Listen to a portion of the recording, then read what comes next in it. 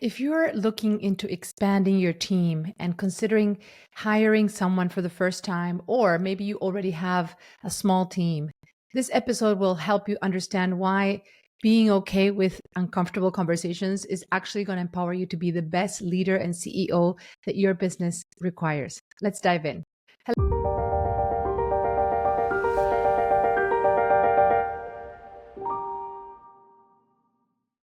Hello, and welcome to the Musicians Creating Prosperity podcast. I'm your host, Dr. Fabiana Claure. And in today's episode, I'm going to share something that may feel a little counterintuitive, which is why the degree in which you can have uncomfortable conversations will actually make or break your success as a leader. If you are serious about building an organization that is not just going to be 100% reliant on you, learning what it is to be a good leader and understanding that leadership is a skill that can be learned just like music and everything else, is going to give you so much clarity and help you be okay with sometimes having uncomfortable conversations and not settling your vision and settling your standards just because your team is not measuring up to where you need them to be for the best interest of your business and of everyone in reality. So I'm going to share why this is coming up. You see, I have lots of conversations with my clients, and some of them are in this beautiful learning stage where they've already accepted the fact that they need help, that they can get, team members to offload things for them.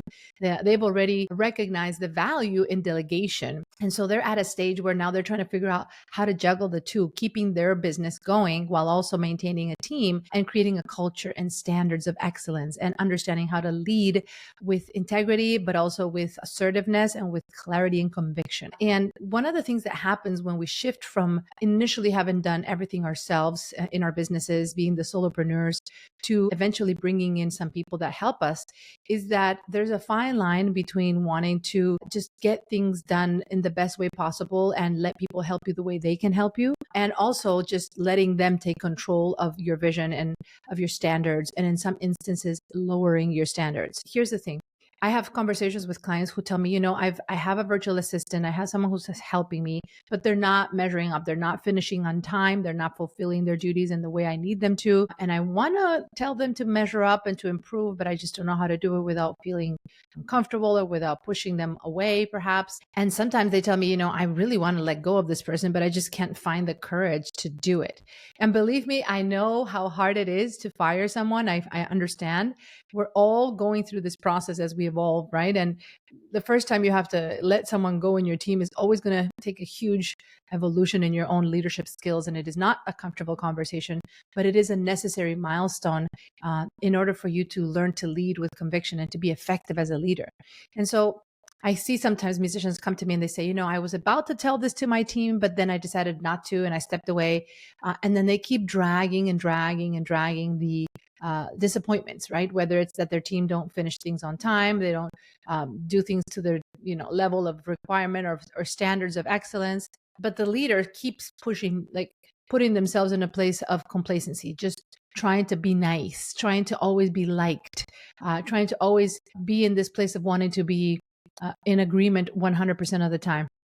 And over time, what that does is it costs you so much. Not only does it cost you energy drained, it takes bandwidth from your focus and your capacity. Because if you're really wanting to grow your business and have the right focus on the right things, you need to protect your attention. And if your attention is right now diluted in the inefficiencies of what your team is not doing or doing, poorly or mediocrely, this is going to stop your progress and it's going to hinder your ability to build an organization. And the worst part is that I see so many times my clients quit their teams. They just say, you know what, never mind. I'm just going to let this person go. This was a bad idea to hire someone. I'm just going to take it back on myself, take over the role and the responsibilities that my team was doing, and I'll just do it myself. Right. And what that does is it costs you so much, because when you feel the need to just take over the reins again and just not allow your team to measure up and not become a coach for your team and not commit to teaching your team, guiding your team, leading your team towards the vision that you have, then you're going to have the misinterpretation that hiring a team is complicated, that it's too much work, it's cumbersome, it's just not worth it, and that you just have to keep doing things yourself, or that there's no one who could do things like you. And so this is why I made this episode, because, I've had several conversations this week with clients who share these concerns and who, I can see this happening a lot for, entrepreneurs who want to scale, but who don't understand how important it is to find a way to share with transparency and honesty your standards with your team, and to be able to say, these are some of the things that I've told my clients. So when someone is not performing in your team, okay, when someone is not performing and you're not happy with the way they're doing things, etc., the first thing you want to consider is that maybe they have something that is causing them to be distracted, that is causing them to have a performance issue. Maybe they're sick. Maybe they have someone in the family who's sick. Maybe they had a tragedy recently, maybe someone died. I mean, always I like to tell my clients the first step in assessing what's going on with an underperforming team member is checking with them as a human to human. Are you okay? How are you? Is everything okay? Always you want to start with that point of checking in as a person, because you never know. That person may be great, but they may be going through a very difficult time, which is why it's impacting their performance. So I always like to encourage you to just first check in with the person. Then if everything is okay and there's no major catastrophes going on in their personal life or in their health or anything else, then it's important that you explain, this was something we agreed upon. First of all, let me do a little parenthesis. When you delegate a task, it's important that you delegate it clearly, right? That you explain what is it for, why is it important, and what is the timeline in which you would like that to be done, and under what circumstances, and what does success mean in that source, in that task, right? So of course you want to use some sort of a task organizer, project manager. There's so many. There's Asana, there's ClickUp, there's Monday.com. There's just like so many ways that you could create systems where you're tracking the things you're offloading to your team, right? But the point is, assuming you've done a good job at offloading to your team with clear direction and a clear structure, meaning letting your team member know exactly what you want, why it's important, and by when are you expecting it to be completed, then you also want to get a chance for your team member to acknowledge that that timeline is realistic. Hey, quick pause here. If you are a musician, music educator, or creative entrepreneur who's built a successful business, I need to ask you something. Do you feel trapped by your own success? Maybe you have steady clients, consistent revenue, maybe even a team, but you're working more hours than ever. You can't take time off because everything depends on you. You've become the bottleneck in your own operation. Sound familiar? Here's the truth. You're not failing, you're just succeeding without the right systems. The skills that got you here aren't the same ones that you need to scale. I know because I've been there. I founded my music academy in 2011, and by 2016 I had built the systems to manage it completely remotely on autopilot. That success led to my online business, which replaced my university salary and gave me the freedom to build a lifestyle business on my own terms. I've also helped countless musicians around the world do the exact same thing, win back their time while exponentially scaling their income on their own terms. That's why I'm hosting my free Autopilot Your Music Business Masterclass to show you exactly how you can do this too. Go to musiciansprofitmasterclass.com and secure your spot right now. Imagine having the freedom to focus on what you love the most while your business thrives on autopilot. That's exactly what we'll build together.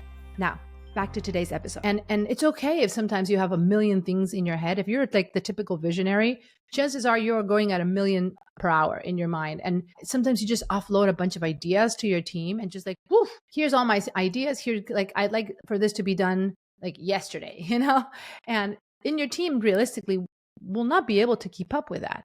So it's okay if you initially just download all of your ideas and just share it with your team. Even if you set an initial goal of like, I would like for this done by tomorrow, it's also okay to let your team know that they can let you know if they can't make it happen, right? So that's a very important part of communication, ongoing communication with your team. If the deadlines you establish for them are not achievable, they're not realistic, right? Then letting your team know that they can tell you, hey, this is a great idea. This is a good project. It will require more time. Can we extend this by a few more days or a week or whatever they feel they need to have a realistic deadline and a timeline for completion? Keeping those channels of communication open so that your team feels okay in letting you know their feedback and committing to a realistic timeline. That's very important, right? Because otherwise, if you're just dumping tasks on them and then expecting them to do them without any flexibility or without listening to how they receive those tasks, then that's also part of the problem. So I'm taking a little bit of a parenthesis here because I'm giving you a framework for handling, underperforming team members and having difficult conversations and all of that. But I have to preface this by saying it's your job to establish the guidelines and the structure prior to all of the tasks being offloaded so that you ensure the likeliness of success, right? The likelihood of success. So this is what's going to allow you to be clear in what you offloaded, when it was due, and under what conditions. Now, assuming the team is not able to execute them or they don't deliver it on time, once you've checked in with them as a human being and said, are you okay? Is everything okay? The next step is to say, this was something that I asked for it to be done on this timeline under these criterias. Was there something that caused you to not be able to finish it? Did something come in the way? Was there a reason why you were not able to complete this task? Do you see how everything is about asking questions? It's more about incisive question versus accusation. You're not saying, hey, you didn't do this. You're saying, hey, did something stop you from completing this task?